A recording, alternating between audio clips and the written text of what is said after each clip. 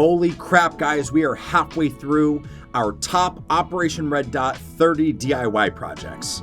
Very exciting. We've seen some awesome stuff, and there's still so much more. Like today, just look at this sweet bench. This would be a super cool bench for a fire pit. And of course, I'm seeing a flood of color combinations, and also all the different shapes you could mold this idea into. Lots of options.